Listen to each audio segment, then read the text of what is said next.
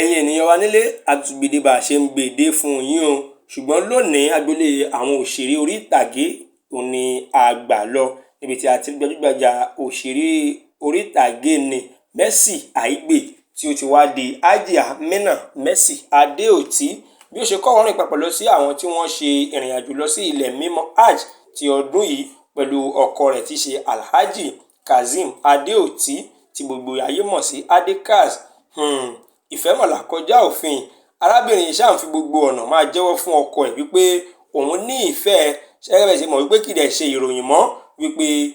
Mercy Aigbe ó ti kéde wípé òun ti pa ẹ̀sìn dà sí ẹ̀sìn mùsùlùmí tí wọ́n ti ṣe bẹ́ẹ̀ fún un ní orúkọ tí ṣe orúkọ ti Islam tí wọ́n fún un ní Mecca ni arábìnrin fi wá sọ di Hajia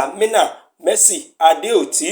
Èyí tó wá jẹ́ pàpàǹbarì níbẹ̀ ni pé bí wọ́n ṣe wà ní Mecca yìí òun ni ayẹyẹ ọjọ́ ìbí ọmọ rẹ̀ bọ́ sí ṣùgbọ́n gẹ́gẹ́ bí abiyamọ tòótọ́ wọ́n ṣe àdúrà fún Ọlájùwọ̀n bẹ́ẹ̀ ni wọ́n gba ọ̀pọ̀lọpọ̀ àdúrà fún pé kó pẹ́ láyé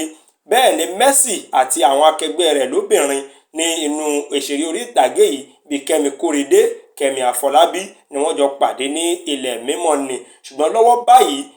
Hajia Mercy Adeoti ti wá fi yé gbogbo ayé wípé òun ti di Alhaja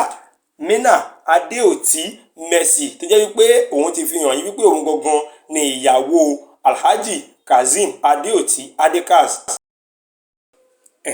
Ṣe gbádùn bẹ́ẹ̀ ṣe wò yẹn ẹ ṣe àdúpọ̀ lọ́wọ́ yín ó yẹ bá wa tẹ subscribe button yẹn ẹ jọ̀ọ́ ẹ tẹ̀ ẹ bá tẹ subscribe button kò ní jáwó kò ní já data yín ẹ bá subscribe sórí YouTube wa Owutu FM Lagos ẹ ṣeun o ó dàbọ̀.